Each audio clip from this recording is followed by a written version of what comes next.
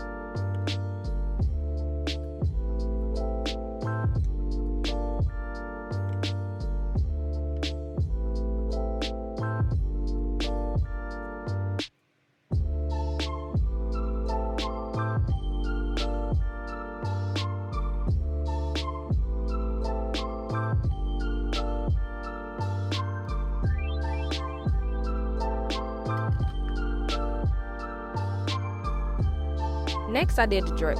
I'm sorry I didn't get this on camera, but my storage was too full, so sorry about that. I also have 6 macaroons from Macaron Queen, and I'm just going to drizzle these with some chocolate and leave 3 plain. Next, I prep my flowers. I got some peonies from the flower shop, and I got some roses from Publix. To stick them in my cake, I'm simply going to cut off the stem, take a toothpick and stick it in at the bottom, and then just place it in the cake. Some flowers can be toxic, so it's very important to complete this step. Don't just stick your flowers directly in your cake. Next, I'll do roses.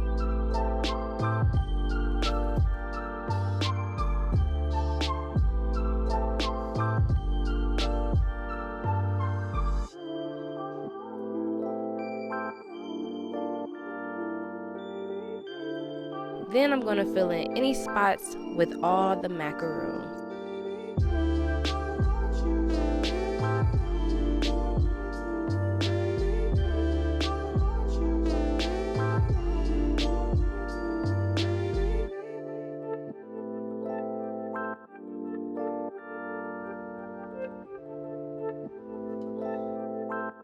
Last, I'm going to top it off with a happy birthday topper. I got these from off Etsy. The link will be below if you guys want to purchase them. Alright you guys, this is my cake. Please be sure to throw me a like and subscribe for more cake tutorials. Alright, as always, thank you guys for watching.